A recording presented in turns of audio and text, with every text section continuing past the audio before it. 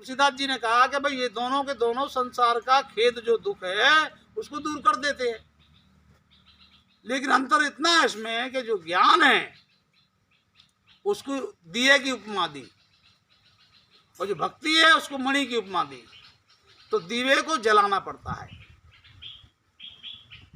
दीवे को जलाना पड़ता है और फिर ऐसी जगह पर रखा जाता है जहाँ हवा से बुझ सकता है वो। इंद्रिय सुरनि ज्ञान सुहाई विषय भोग में प्रीत सदाई या बद्दे के विषय बिहारी ते अर्धे कपाट उगारी।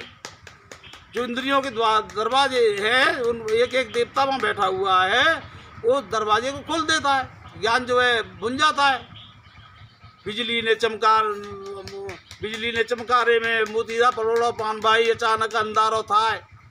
तो इसी प्रकार से जब ज्ञान खत्म हो जाता है तो तत्काल अंधेरा हो जाता है। भक्ति ऐसी है कि वो चिंतामणि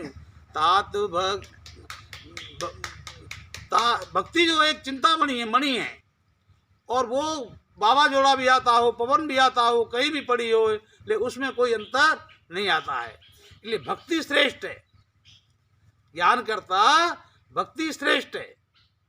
परमात्मा के विषय में बिगड़ ज्ञान, देखो अभी संसार में कोई एक आदमी तो ज्ञानी हो और बड़ा बहुत होशियार आदमी हो, पढ़ा लिखा हो, बड़ा पद भी हो उसके पास, और लेकिन उसके अंदर उसके अंदर भाव नहीं हो, प्रेम नहीं हो, किसी को पानी नहीं पिलाए, किसी को चाय की नहीं पूछे, कितने बैठने की नहीं पूछे, तो वो आदमी इतना अच्छा नहीं लगेगा, समाज में उसकी ज़्यादा कदर नहीं होगी। वो अपने मन में भले ही बैठा रहे बड़ा बन के, लेकिन किसी आदमी के पास ज्ञान नहीं है, समझदार नहीं है, पढ़ा लिखा नहीं है, ले आओ जी वाला है, चाय पानी पिलाता है, बिठालता है, एक दूसरे लोगों की सेवा भाव रखता है, तो उसको लोग ज़्यादा मानेंगे भक्ति को। तो भक्ति श्रेष्ठ है ज्ञान करता। ज्ञान की जरूरत है, ऐसी बात नहीं है। तो ज्ञान तो एक आँख है, आँख नहीं होगी शरीर में तो कुछ भी नहीं रहेगा, अंधेरा हो जाएगा। ज्ञान बिगड़ तो विकास कैसे होगा? हाँ, अंधेरा ही हो जाएगा। परमात्मा की प्राप्ति में वो भक्ति। ब्रह्मभूत प्रसन्न आत्मा न सोचती न कांचती समा सर्वेषु भूतेषु मद भक्ति लभते पराम, गीता में लिखा हुआ है। जो ब्रह्मभूत हो गया है, जो अपने को जान लिया है जिसने कि मैं कौन हूँ, प्रसन्न आत्मा, जो प्रसन्न आत्मा हो गया है, जिसकी आत्मा प्रसन्न हो गई है। प्रसन्न आत्मा वही कहा जा सकता है जिसको आत्मा की प्राप्ति हो जाती है, आत्मज्ञान हो जाता है। प्रसन्न आत्मा ऐसा जो है ना सोच करता है, ना आकांक्षा करता है, ना कोई वस्तु की चिंता करता है और ना कोई वस्तु की इच्छा करता है। ऐसा जो व्यक्ति है उसको भगवान कहते हैं मद भक्ति लभते पराम, मेरे परा नाम की भक्ति उसको प्राप्ति है। भक्ति दो प्रकार की होती है, परा और अपरा। गुरु के द्वारा, शास्त्रों के द्वारा जो हमको भक्ति प्राप्त होती है वो अपरा भक्ति है, और जो भगवान की दर्शन से या गुरु की कृपा से जो भक्ति प्राप्त होती है वो परा भक्ति है। तो भगवान कहते हैं मेरी परा नाम की भक्ति को प्राप्त होता है। वो ज्ञानी भी शंकराचार्य है, उनके बाद में जब उनको पूरा ज्ञान हो गया होगा तो आगे चल के उनको भक्ति प्राप्त हुई होगी। भक्ति से ही भगवान का दर्शन होगा। अगर भक्ति नहीं हुई होगी तो भगवान का दर्शन बाकी रह जाएगा। भगवान का साक्षात्कार ज्ञान से हो सकता है, आत्मज्ञान हो सकता है, ब्रह्म ज्ञान नहीं हो सकता।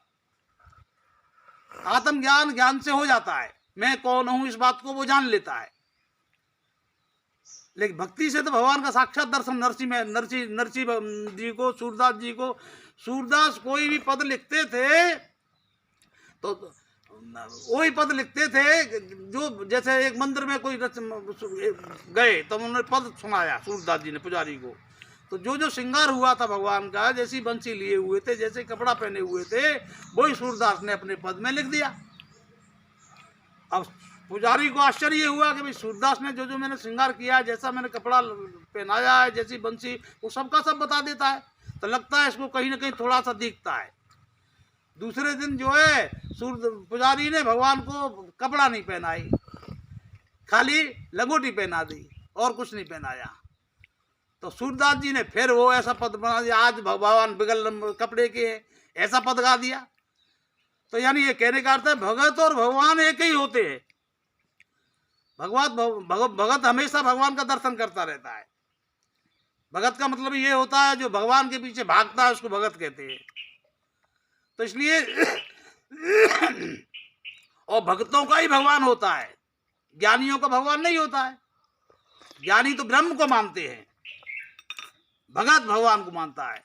तो भगवान की प्राप्ति में, भगवान के दर्शन में कोई उसको पढ़ा लिखा हो कि नहीं हो, कोई भाषा उसको आती हो कि नहीं आती हो, स्त्री हो, वैश्य हो, शूद्र हो, कैसा भी हो, वो सबको भगवान की भक्ति, भगवान को का दर्शन की हो जाता है, लेकिन भगत होना चाहिए वो भाई।